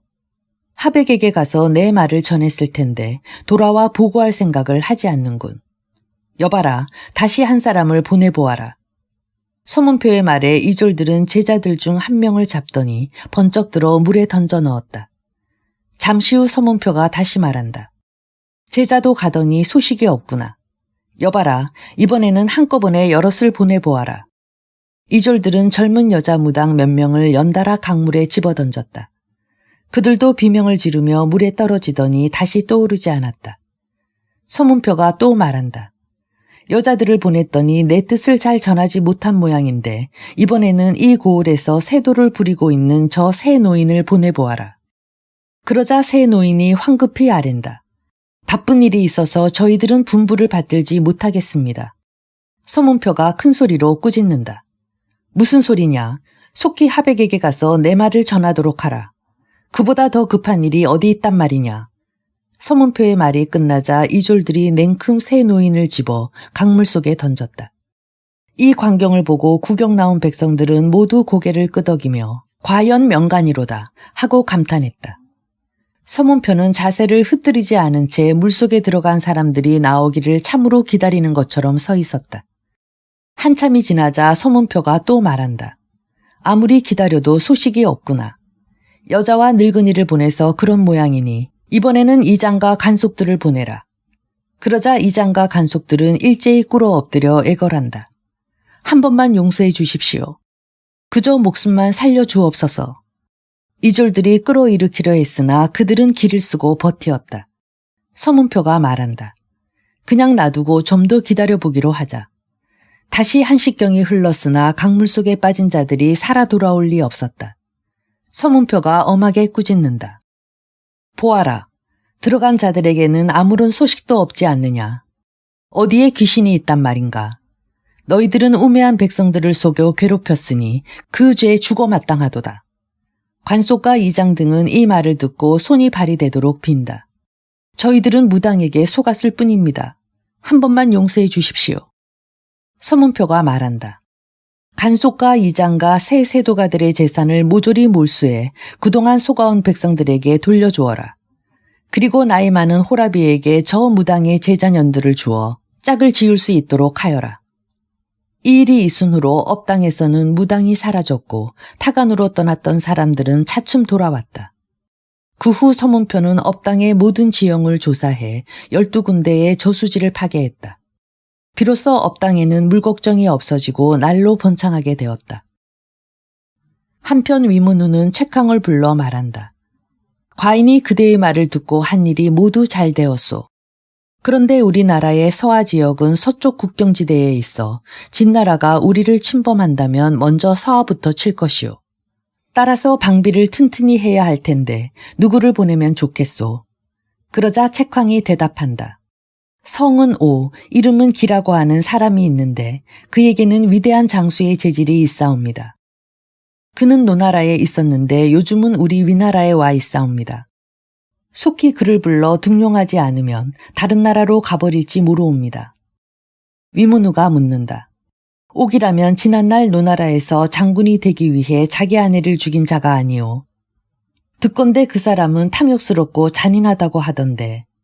책황이 대답한다. 신은 오기에 뛰어난 재질을 첨가하고 있사옵니다. 그러니 그의 행실이나 성격을 따질 것은 없지 않사옵니까? 미문우는 고개를 끄덕였다. 내 시험 삼아 그대 말대로 오기를 불러 등용하겠소. 86. 살처 구장. 오기는 원래 위나라 사람이었다. 그는 젊었을 때는 툭하면 싸움질이나 하던 깡패였다. 그의 어머니가 나무라자 그는 팔을 물어뜯어 그 피를 입술에 바르고 맹세했다. 이제 소자는 길을 떠나겠습니다. 소자는 장차 한나라의 정승이 되어 높은 수레를 타고 많은 사람을 거느리기 전에는 다시 어머니 앞에 나타나지 않겠습니다. 어머니는 울면서 말렸으나 오기는 뒤도 돌아보지 않고 달아나듯이 길을 떠났다. 그 후 오기는 노나라에 가서 공자의 제자로 이름 높은 증산 밑에서 학문을 배웠다. 그는 놀라울 정도의 노력으로 공부를 했다. 어느 날 제나라 대부 정거가 노나라에 왔다가 우연히 오기를 만났다. 정거는 오기와 이야기를 해보고는 그의 높은 안목과 해박한 지식에 감탄했다. 그래서 그는 자기 딸을 오기에게 주어 사이로 삼았다. 오기에게 노모가 있다는 것을 안 증삼이 어느 날 오기를 불러 말한다. 그대가 학문을 닦기 시작한 지도 벌써 6년이나 되었다. 그런데 아직 한 번도 어머님을 뵈러 가지 않았으니 자식된 도리로 그럴 수가 있는가? 오기가 대답한다. 지난날 저는 어머니께 한나라의 정승이 되지 않으면 돌아가지 않겠다는 맹세를 한 적이 있습니다. 이 말을 듣고 증삼이 정색하고 말한다. 다른 사람 아닌 어머니 앞에서 어찌 그런 맹세를 한단 말인가? 그런지 몇 달 후 위나라에서 오기의 어머니가 죽었다는 소식이 왔다. 오기는 한 차례 통곡을 하고는 곧 눈물을 닦고 책상 앞에 앉아 다시 책을 읽기 시작한다. 이를 보고 노한 증삼이 오기를 불러 말한다. 사람의 도리를 모르는 너 같은 자를 어찌 제자로 삼을 수 있겠는가? 당장 떠나도록 하라. 오기는 증삼의 문화를 떠나는 동시에 유학도 벌였다. 그 후 그는 병법을 배워 3년 후에는 일가를 이루었다. 벼슬을 하기 위해 노나라로 간 오기는 공의휴를 만났다. 오기와 이야기를 나눈 공의휴는 그를 뛰어난 인재로 인정하여 노목공에게 청거했다.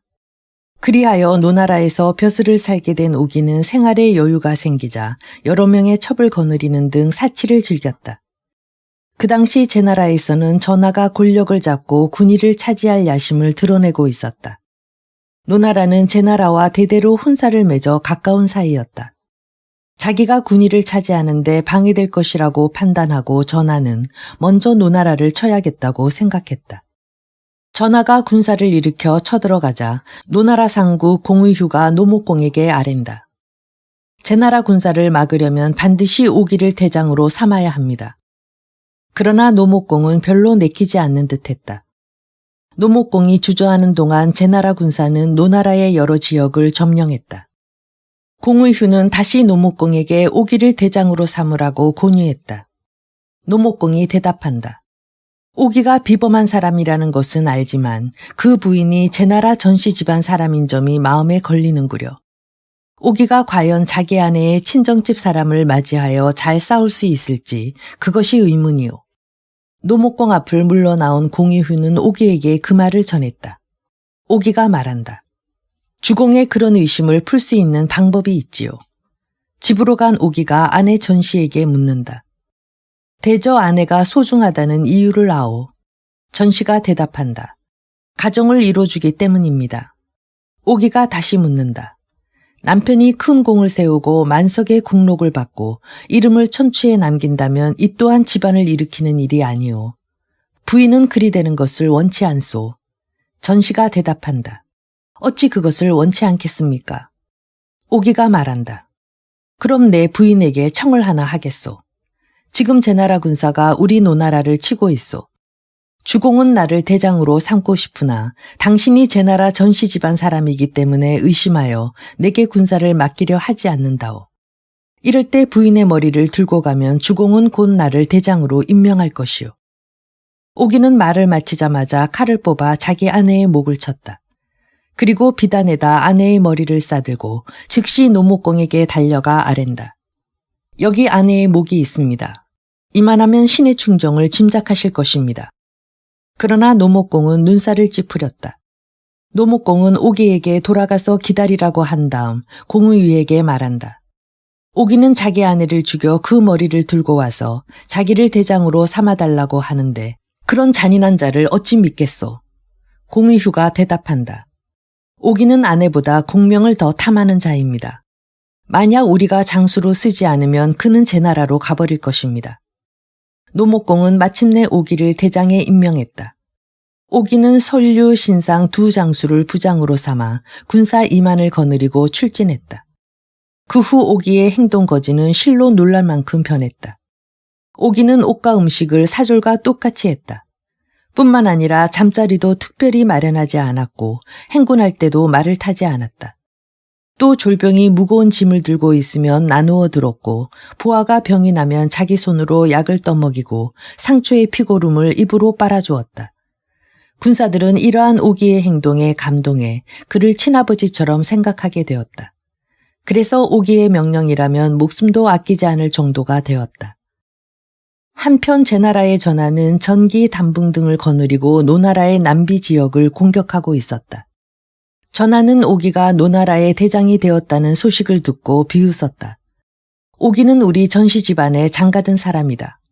여자 좋아하기로 이름난 자가 어찌 싸움을 알겠는가. 노나라도 망하려니까 오기 같은 자를 장수로 삼는구나. 이윽고 노나라 제나라 군사가 서로 마주쳤다. 그런데 오기는 지키기만 하고 마주 공격하려 하지 않았다. 전하는 정탐꾼을 보내 오기의 동정을 살피게 했다. 정탐꾼은 오기가 병사들과 같이 음식을 먹는 것을 보고 와서 그대로 고했다. 그 말을 듣고 전하는 껄껄 웃는다. 모름지기 장수란 위엄이 있어야 하는 법이다. 그러고서야 어찌 많은 군사를 통솔할 수 있겠는가. 전하는 오기의 속셈을 알아보기 위해 아끼는 장수 장축으로 하여금 화평을 청하게 했다. 오기는 제나라 장수 장축이 화평을 청하기 위해 온다는 소식을 듣고 젊고 씩씩한 군사는 모두 뒤로 빼돌리고 늙고 병든 군사를 앞에 내세웠다. 이윽고 장축이 오자 오기는 그를 극진히 대접했다. 장축이 오기에게 넌지시 묻는다. 소문에 듣자 하니 장군은 대장이 되기 위해 아내를 죽였다던데 그것이 사실인지요? 오기가 대답한다. 무슨 말씀이십니까? 나는 일찍이 공자의 제자인 증삼 선생의 문화에서 사람의 도리를 배운 바 있습니다. 그런 내가 어찌 아내를 죽였겠습니까? 사실 내 아내는 병으로 죽었는데 공교롭게도 그때 마침 우리 주공께서 내게 대장직을 맡기셨지요. 그 바람에 그런 소문이 난 듯입소. 장축이 다시 말한다. 장군은 우리 제나라의 전시 지방과 혼인한 사이가 아닙니까? 우리와 동맹을 맺는 것이 어떠하겠소? 서생 출신인 내가 어찌 감히 제나라의 대군과 대적할 수 있겠소? 기국과 화평을 맺을 수 있다면 나로선 다시 없는 영광이요.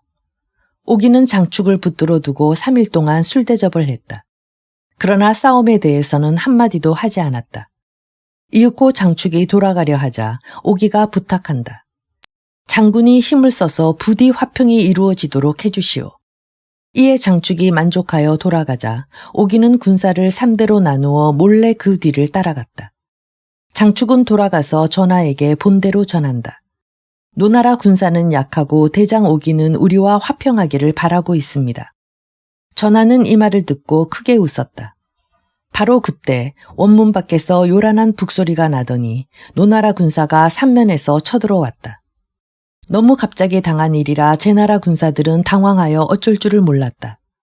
노나라 장수 설류와 신상이 좌우에서 협공하자 제나라 군사들은 대패하여 달아났다. 노나라 군사들이 그 뒤를 추격하여 닥치는 대로 무찔렀다. 이윽고 넓은 들은 제나라 군사들의 시체로 뒤덮였다. 오기는 제나라 군사를 노나라 국경 밖 평육 땅까지 몰아내고 개선했다. 노목공은 이 승전보를 듣고 크게 기뻐하며 오기에게 상경벼슬을 내렸다. 한편 대패하여 달아난 전하가 장축을 책망한다. 이번 패전의 책임은 그대에게 있다. 장축이 대답한다. 수장이 갔을 때 오기의 군사들은 늙고 병든 자들밖에 없었습니다. 그런데 그것이 속임수였을 줄 어찌 알았겠습니까? 전하가 길이 탄식한다. 오기를 얕잡아 본 것이 잘못이로다. 오기는 손무나 양조와 같은 무서운 장수다. 오기가 노나라에 있는 한 안심할 수 없으니 사람을 보내 은밀히 매수해야겠다. 그대가 그 일을 하겠는가? 장축이 대답한다. 목숨을 걸고 성사시켜 이번 패전의 죄를 갚겠습니다. 이에 전하는 아름다운 여자들과 황금 1000일을 장축에게 주었다. 장축은 장사꾼으로 꾸미고 노나라로 숨어들어 오기를 만났다. 오기는 원래 여자를 좋아하고 재물에 대한 욕심이 많은 사람이었다. 그는 장축이 바치는 여자들과 황금을 기꺼이 받고 말한다. 전하에게 고맙다는 뜻을 전해주오. 그리고 제 나라가 노나라를 치지 않는 이상 노나라가 제 나라를 먼저 치지는 않을 테니 이 점은 안심하라고 하시오. 이튿날 장축은 노나라를 떠나면서 오기가 제 나라의 뇌물을 받았다는 말을 퍼뜨렸다. 그 말은 노목공의 귀에까지 들어갔다. 그렇지 않아도 오기를 좋지 않게 생각하고 있던 노목공은 그를 잡아들여 문책하려 했다. 그러나 오기는 노목공이 보낸 군사들이 오기 전에 위나라로 달아났다. 위나라로 간 오기는 책항의 집에 기거했다. 책항이 오기를 서하 지역의 태수로 청거했다. 위문후가 오기를 불러들여 묻는다. 장군은 노나라에서 공을 세웠는데 어찌하여 위나라에 와 계시오? 오기가 대답한다. 노목공이 간신들의 참소를 듣고 소신을 잡으려 하기에 피해왔습니다. 신은 평소 군우의 덕을 사모해 왔습니다. 거두어 주신다면 목숨을 걸고 보답하겠습니다. 이윽고 위문누는 오기를 서하태수로 임명했다. 그리하여 오기는 서하로 갔는데 군사를 사랑하는 것은 노나라에 있을 때와 다를 바가 없었다. 그 무렵 진나라에서는 해공이 죽고 그 아들인 출자가 뒤를 이었다. 진해공은 진강공의 아들인데 진강공은 진용공의 작은아버지였다. 진용공이 죽었을 때 그의 아들 사습이 너무 어려 대신 진강공이 뒤를 이었던 것이다.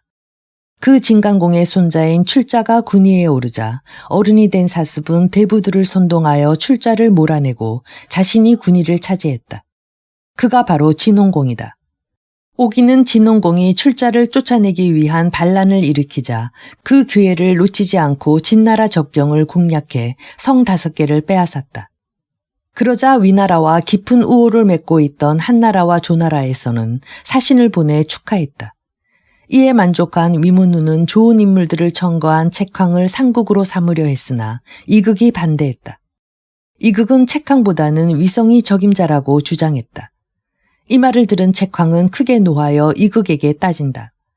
주공께서 중산을 치려하시기에 악양을 청거했고 어부의 일을 근심하시기에 서문표를 청거했소. 또 서하에 대해 염려하시기에 오기를 청거해 모두 성공을 거두었소. 그런데 어째서 내가 위성만 못하단 말이오. 이극이 침착하게 대답한다. 그대가 청거한 사람은 모두 주공의 신하들이지만 위성이 청거한 사람은 복자하, 전자방, 당감목 등 모두 덕망 높은 분들로 주공의 친구이자 스승들이오. 그러니 그대가 어찌 위성과 겨룰 수 있겠소. 이에 책항은 이극에게 절하며 사과한다. 제가 참으로 망령된 말을 했습니다. 앞으로 더욱 많은 가르침을 받고 싶습니다. 이렇게 위나라는 자리가 잡혀 위, 조, 한 3진 중에서 가장 강성했다. 이에 제나라 상국 전하는 재빨리 위나라와 우호를 맺었다. 그런데 그는 제강공을 몰아내고 스스로 군위에 올랐다. 그러나 위나라에 사람을 보내 자신을 제후로 승격시켜 줄 것을 주왕실에 청해달라고 부탁했다. 주나라는 그때 이미 쇠퇴하여 이름뿐인 존재였으나 위문후의 청을 들어 전하를 제나라 제후로서 승인해 주었다. 이때가 주한왕 13년이었다. 전하의 조상은 진나라의 공자 완이었다. 즉 공자 완이 망명와서 제왕공 밑에 벼슬을 살면서부터 자리를 잡았는데 전하는 그 10대 손이었다. 이 진씨 일족은 후대에 와서 전시로 행세했다. 강태공의 자손이 세운 제나라는 제강공에 대해 이르러 마침내 멸망하고 진나라에서 망명온 자의 자손이 제나라의 주인이 된 것이다. 한편 삼진인 위, 한, 조 등은 훌륭한 인재를 등용하여 국력을 키우는 데 주력했다. 위나라의 상국은 위성, 조나라의 상국은 중년, 한나라의 상국은 협누였다. 그중 한나라 정승 협누는 미천한 집안의 출신이었는데 엄수라고 하는 사람과 돈독한 우정을 맺고 있었다. 협누가 매우 가난했을 때 엄수는 큰 부자였다. 협누는 엄수로부터 생활비를 얻어 쓰다가 천금을 얻어가지고 한나라 도읍인 평양성에 가서 기반을 잡았다. 그는 그것을 미천으로 하여 상국의 자리에까지 오를 수 있었던 것이다. 상국이 된 협누의 위세는 대단했다. 엄수는 협누가 정승이 되었다는 소식을 듣고 한나라로 가서 만나보려 했다. 그러나 협누는 엄수를 문 밖에서 내쫓았다. 문지기에게 쫓겨난 엄수는 협누가 자기를 알아보지 못한 것으로 생각하고 날마다 승상부를 찾아가 편지를 바쳤다. 그 편지의 내용은 옛 우정을 생각해서 자기도 벼슬길로 좀 이끌어 달라는 것이었다. 한 달이 지나도 협누는 엄수를 만나주지 않았다. 이에 엄수는 한열 후에 시신에게 뇌물을 썼다. 그 시신의 주선으로 엄수는 마침내 한열 후를 배알하게 되었다. 그 자리에서 엄수는 많은 황금을 바쳤다. 한여루는 크게 기뻐하며 엄수에게 좋은 벼슬자리를 내리겠다고 약속했다. 그런데 이 이야기를 들은 협누는 한여루에게 엄수의 단점을 들어 등용하지 말라고 간했다. 이 말을 전해 들은 엄수는 이를 갈았다. 이놈 어디 두고 보자. 엄수는 배은망덕한 협누를 죽여 원수 갚을 것을 결심하고 자객을 구하기로 했다. 여러 나라를 떠돌아다니던 엄수는 이윽고 제 나라에 이르렀다.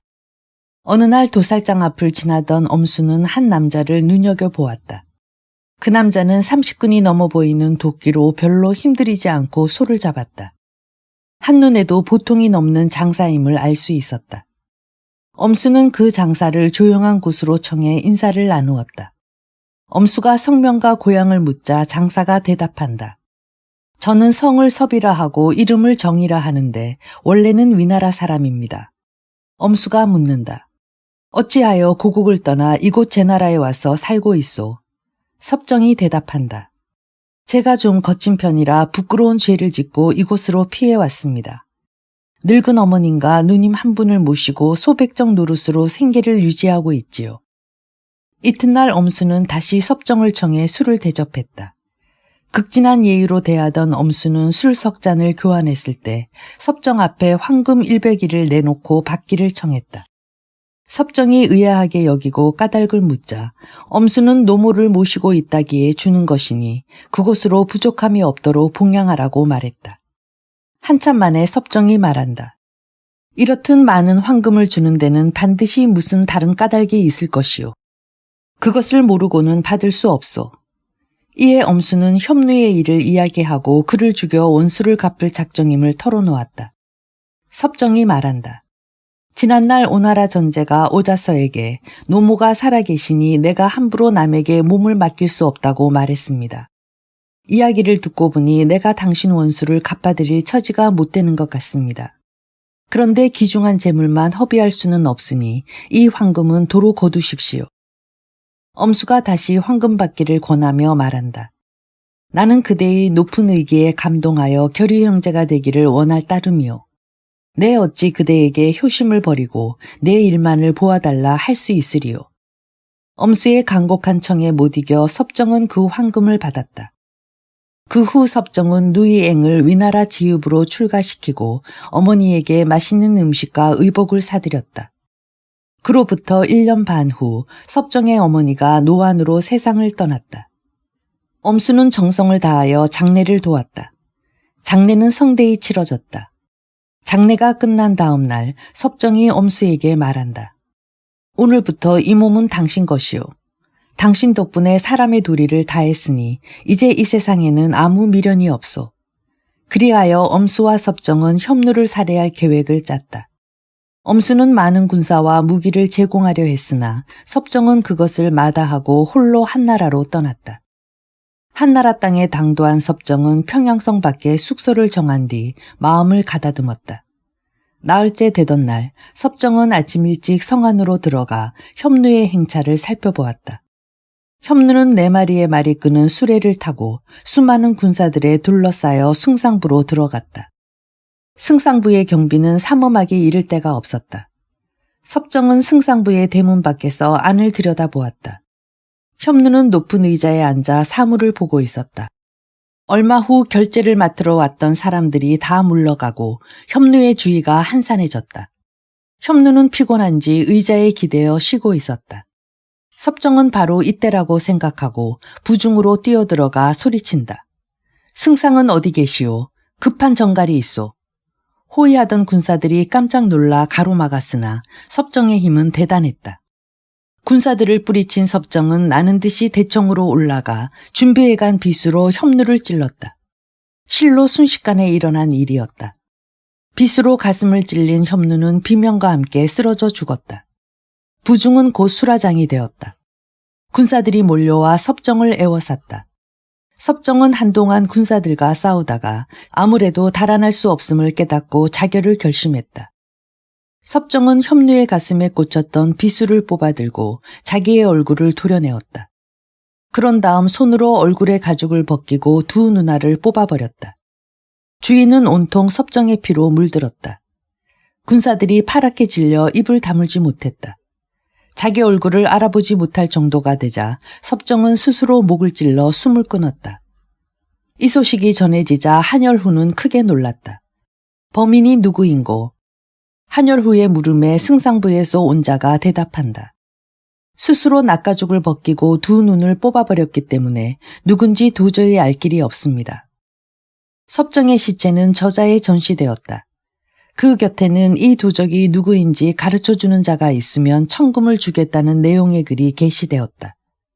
그 후 7일이 지나도록 아무도 섭정을 알아보는 사람이 없었다.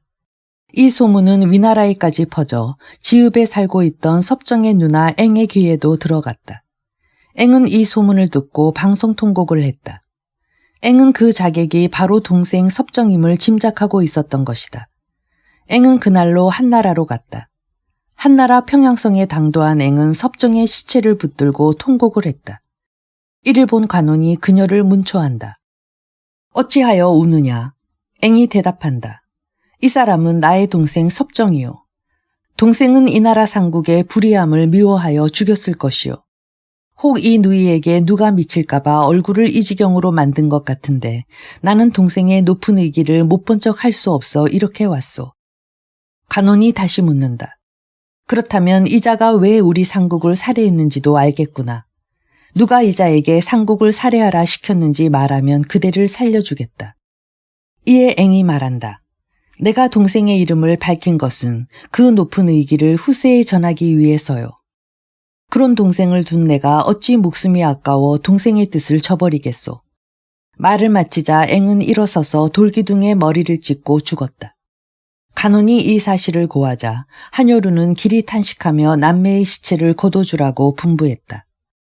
한여루는 피살된 협누 대신 한상견을 상국으로 등용했다.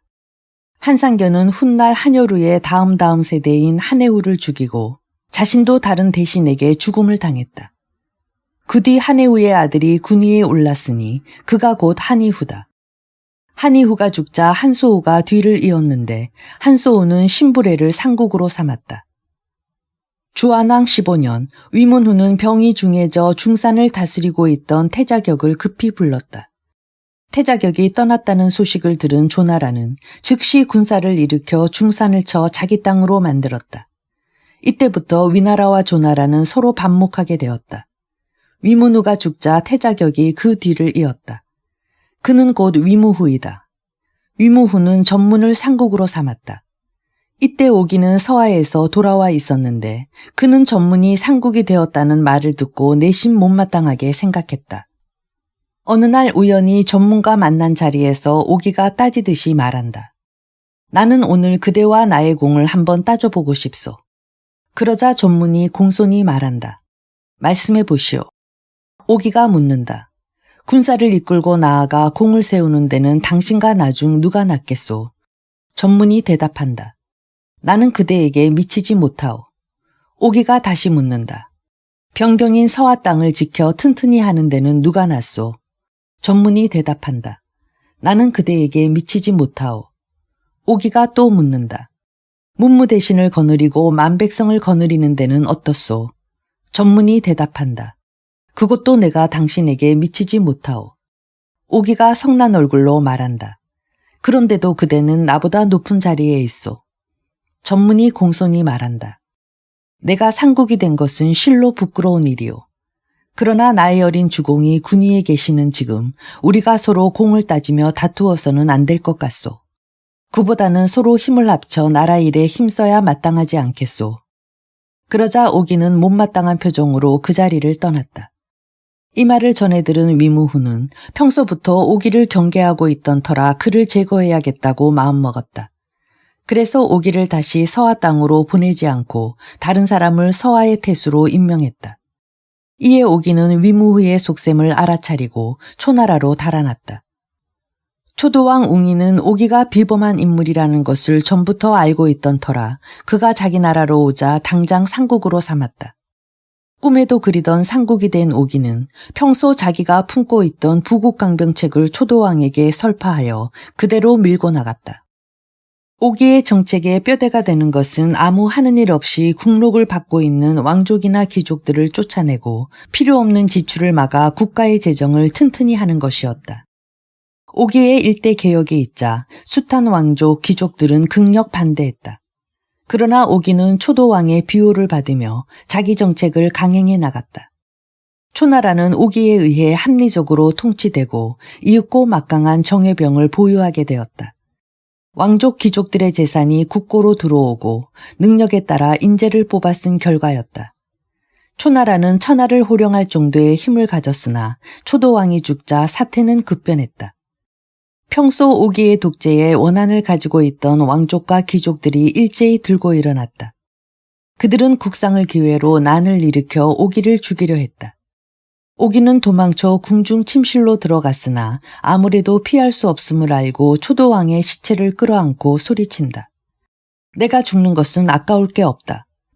그러나 신하의 몸으로 왕의 시신을 욕되게 했어야 되겠느냐. 그러나 난군들은 오기를 향해 화살을 날렸다. 초도왕의 시신에 화살이 꽂히고 이윽고 오기도 화살을 수없이 맞고 쓰러져 죽었다. 이어서 태자웅장이 왕위를 계승했는데 그가 곧 초숙왕이다. 초숙왕은 왕위에 오른 지 한 달쯤 되자 초도왕의 시신을 범한 자들을 모조리 잡아들여 죽였다. 이리하여 초나라의 70가문은 오기 한 사람을 살해하고 멸족을 당했다.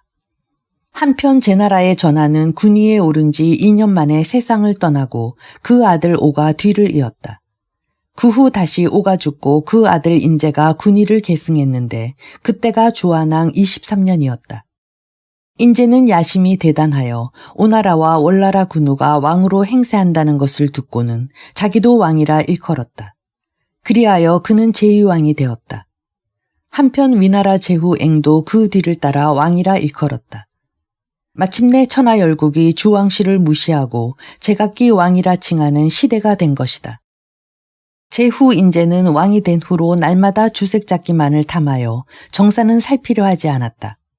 그런 상태로 9년이 지나자 제나라는 매우 어지러워졌다. 이 틈을 타서 한, 위, 조, 노 등의 여러 나라는 심심하면 제나라를 침략했다. 어느 날 한 선비가 국문 앞에 와서 청한다. 나는 축이라고 하는 사람이요. 왕께서 음악을 좋아하신다기에 검은고 하는 재주를 가지고 뵈러 왔소. 이 말을 전해 듣고 제2왕은 그 선비를 불러들였다. 제2왕은 국문지기의 안내를 받아 들어온 축이에게 검은고를 타보라고 일렀다. 그러나 축이는 검은고줄을 쓰다듬기만 할 뿐 탄주하려 하지 않았다. 제2왕이 의아해서 묻는다. 선생이 검은고를 잘 탄다기에 그 솜씨를 보고자 하는데 어찌하여 탄주하지 않소? 축이가 정색을 하며 말한다. 신이 아는 것은 검은고의 이치입니다. 검은고를 타는 것은 악공들도 능히 할 수 있는 일입니다. 제2왕이 말한다. 그럼 검은고의 이치를 말해주오. 축이는 옷깃을 가다듬고 검은고의 이치에 대해 말했는데 검은고의 역사에서부터 음의 종류에 이르기까지 막힘이 없었다. 제2왕이 감탄하여 다시 청한다. 과연 선생은 검은고의 달인이시구려. 그만큼 알면 검은고 타는 솜씨도 보통은 아닐 테니 과인을 위해 한 곡 들려주오. 축이가 말한다. 신은 검은고에 뜻을 두었기 때문에 항상 검은고 생각만 해왔습니다. 그런데 대왕께서는 나라를 맡고도 어찌 나라 생각은 안 하십니까? 이는 신이 검은고를 타지 않는 것과 무엇이 다르겠습니까? 신이 검은고를 타지 않으면 대왕이 기뻐하시지 않는 것처럼 대왕이 나라를 맡았으면서도 나라를 바르게 다스리지 않는다면 만 백성이 기뻐하지 않습니다. 이에 제의왕이 놀라서 말한다. 선생의 말씀이 지극히 옳소. 추기를 우실에 머물게 한 제의왕은 이튿날 목욕 재개하고 다시 그를 청해 국사를 논했다. 추기가 제의왕에게 아랜다. 대왕께서는 술을 절제하고 여색을 멀리하고 만사를 명실상부하게 하고 충신과 간신을 분별하고 만백성을 잘 이끌어 폐업을 이룩하소서. 이에 제의왕은 크게 기뻐하며 추기를 상국으로 삼았다. 그 당시 변사로 있던 순우곤이란 사람은 추기가 하루아침에 상국이 된 것을 보고 몹시 노하여 제자들을 이끌고 추기의 부중으로 갔다. 추기는 순우곤을 공손한 태도로 맞이했다. 스스로 상석에 가서 자리 잡고 앉은 순우곤이 말한다. 승상께 물어볼 말이 있어 왔는데 답해 주시겠소. 추기가 대답한다. 무슨 말씀인지 해보시오. 그리하여 순우곤은 몇 가지 비유를 들어 정사에 관한 추기의 마음가짐을 또보았는데 이윽고 그는 상석에서 내려와 추기에게 2번 절하고 물러갔다. 돌아가는 길에 제자들이 순우곤에게 묻는다. 선생께서는 처음엔 매우 위세당당했는데 결국은 2번 절하고 물러나오셨습니다. 그 이유가 무엇입니까? 순우곤이 대답한다. 승상은 참으로 큰 인물이다. 내가 감히 미치지 못함을 알았기 때문이다. 그 후로 추기는 순우곤의 조언을 받으며 정사를 돌보았다. 추기가 이따금 모든 대부들에게 묻는다. 현재 갖고 올 유수 중 어진 사람은 누구이며 악한 사람은 누구요? 그럴 때마다 모든 대부는 어진 사람으로는 9유수를, 악한 사람으로는 묵음유수를 꼽았다. 추기가 제의왕에게 그대로 고하자 제의왕도 모든 대부에게 물었다. 대답은 역시 마찬가지였다. 이에 제의왕은 9가 무급의 암행어사를 보내었다. 암행어사가 돌아와 2 고을의 실태를 보고하자 제의왕은 곧 2 고을의 유수를 불러들였다. 먼저 묵음유수가 와서 제의왕에게 절했다. 제의왕은 고개만 끄덕일 뿐 아무 말도 하지 않았다. 뒤를 이어 9유수가 당도했다. 9유수의 절을 받고 나서 제의왕이 모든 신하에게 말한다. 어진 유수와 악한 유수가 다 왔으니 이제 각각 상과 벌을 내리겠노라. 그러자 모든 대부들이 서로 속삭인다. 9유수는 큰 상을 받고 묵음유수는 큰 벌을 받을 것이 분명하오. 이윽고 제의왕이 문무백관이 늘어선 가운데로 묵음유수를 불러내었다. 날마다 그대를 헐뜯는 소리가 들리기에 암행어사를 보내보았소. 그런데 암행어사가 돌아와 보고한 바에 따르면 무급은 논밭이 잘 개척되어 있고 백성들의 생활이 풍족하고 관청엔 밀린 일이 없다는 것이요. 그런데도 그대를 헐뜯는 것은 그대가 도읍에 있는 고관들에게 뇌물을 바치지 않고 아부하지 않았기 때문이요. 내 이제 그대에게 1만호의 큰 고을을 내리니 받아주오. 다음에 제의왕은 9유수를 불러내었다. 묵음유수와는 반대로 사람마다 그대를 칭송하기에 역시 암행어사를 보내보았소. 그런데 암행어사의 보고에 따르면 9의 농가 밭은 거칠고 백성들은 굶주리고 또 지난날 조나라 군사가 고을 경계까지 온 일이 있었건만 그대는 물리칠 생각도 하지 않았다고 하오. 그럼에도 불구하고 그대가 칭송받는 것은 오로지 도읍에 있는 고관들에게 뇌물을 바치고 아부하는 데만 힘썼기 때문이요. 이에 9유수는 머리를 조아리며 용서를 빌었다. 그러나 제의왕은 역사들로 하여금 물이 펄펄 끓는 가마솥에 9유수를 던져넣게 했다. 이 광경을 보고 문무백관들은 얼굴빛이 변했다. 제의왕은 그들 중 평소 9유수를 극구 칭찬하던 자 10명을 골라내어 역시 끓는 가마솥에 집어넣어 죽이게 했다. 그 이후로 제의왕은 다시 그런 패단이 되풀이되지 않도록 어진 인재를 등용하고 지방 유수를 대폭 경질했다. 즉 단자를 남성의 유수로 보내어 초나라를 경계하게 하고 전반을 고낭 유수, 건부를 서주 유수로 보내 조나라와 연나라의 침략에 대비하게 했다. 그리고 종수를 사구로 삼고 전기를 사마로 등용했다. 이리하여 제나라는 잘 다스려져 모든 나라 제후들이 복종했다. 제의왕이 상국 추기에게 합의 땅을 주고 작호를 내린다. 과인의 뜻을 이루게 한 사람이 바로 상국이라 그에 보답하고 싶소. 성우가 된 주기는 사은숙배하고 아랜다. 비록 주왕실이 쇠약해졌다 하나 천자를 상징하는 구정이 아직 주나라에 있습니다. 부디 주왕께 조례하여 그 총애를 받아 지난날의 제왕공 진문공보다 더 큰 업적을 이루시옵소서. 그러자 제2왕이 반문한다. 과인은 스스로 왕이라 칭하고 있는데 어찌 같은 왕에게 조례를 드린단 말이오. 추기가 대답한다. 왕이란 모든 제후 중 으뜸이란 뜻이지 천자를 무시하라는 것은 아닙니다. 그러니 주왕을 뵐 때만은 제후로 행세하십시오. 그러면 반드시 그 대가를 받으실 수 있을 것입니다. 이 말을 듣고 제2왕은 즉시 어가를 주나라로 향하게 했다. 이때가 주열왕 6년이었다. 주왕실은 이미 쇠약해질 대로 쇠약해져 있었다. 모든 나라 제후가 주례를 드리지 않은 지도 오래되었다. 그러던 차에 제후가 문안을 드리자 주나라에서는 큰 경사가 난 것처럼 기뻐했다. 주열왕은 너무 기뻐 텅 빈 창고를 뒤져 남아있는 보물을 찾아 제후에게 내렸다. 백성들도 한결같이 제후를 환영했다. 이 당시 천하에는 제, 초, 위, 조, 한, 연, 진 등의 7나라가 있었다. 월, 송, 정, 노, 위나라 등도 있었으나 그들의 존재는 미미했다. 주왕실에 조례하고 온 뒤로 제2왕이 폐왕으로 자처하게 되자 서융 지역의 진나라를 제외한 다른 나라들은 대부분 제2왕을 맹주로 섬겼다. 진홍공 때 진나라에 3일 동안 금비가 내렸다. 이 소문을 듣고 주나라의 태사 담이 탄식한다. 진나라는 우리 주나라가 나누어 준 땅이다.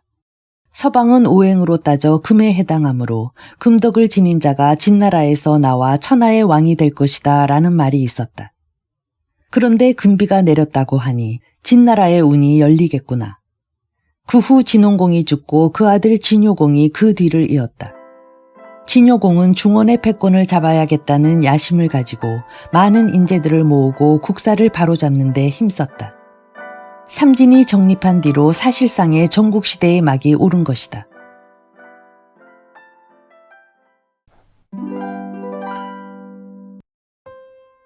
열국지를 읽는 내내 드는 생각이지만 논어, 한비자, 사기열전 등에서 언급되어 단편적으로 알고 있던 어떤 상황이나 이야기들, 그리고 수많은 고사성어의 기원과 전후 맥락을 열국지를 통해 정확히 알 수 있어서 정말 흥미롭습니다. 사곤에서는 공자의 등장, 오자서의 죽음, 월왕구천과 오왕부차의 운명과 의지의 대립, 서시의 등장, 전국시대로 접어드는 요동치는 천하가 인상적이었습니다. 오나라 요왕의 아들 공자 경기가 죽어가면서 천하용사 요의를 죽이지 말도록 좌우군사들에게 지시한 것은 정말 멋지고 대인배다웠습니다. 이 장면에서 요왕이나 경기가 결코 뒤떨어진 인간들이 아니었다는 생각이 들었고, 왕이 서열의 원칙을 내세운 합려의 거사는 결국 권력욕에 불과하지 않았나. 성공했기에 역사에 추하지 않게 이름을 남길 수 있었고, 실패했기에 요왕과 경기는 역사에서 비껴가게 되지 않았나 생각되기도 했습니다. 사곤에서 보여진 공자의 모습은 신선했는데요. 논어라는 명저가 오늘날까지 전해져 고전으로 읽히고 있지만 춘추 전국시대의 혼란기 속에서 그저 원칙적이고 이상적인 꿈을 꾸지 않았나 하는 생각을 을에 가지고 있었습니다. 하지만 공자의 제자 자공이 노나라를 구하기 위해 오나라, 월나라, 진나라를 오가며 펼친 외교술과 정치력은 정말 놀라웠고, 자공을 선택한 공자의 안목과 월나라 구천의 속마음까지 꿰뚫는 것을 보면 당시 정세를 읽는 공자의 시선이 탁월하고 매우 현실적이었다는 생각에 감탄을 금할 수 없었습니다. 여름 초입에 시작한 열국지 낭독은 이제 처소도 지나고 선선해지는 여름의 끝을 향해 달리고 있고, 마지막 권 천하는 하나로를 남겨두고 있습니다. 이 대장정의 마지막 권에서 우리는 진시황의 천하제패를 볼 수 있겠죠. 끝까지 화이팅입니다. 감사합니다.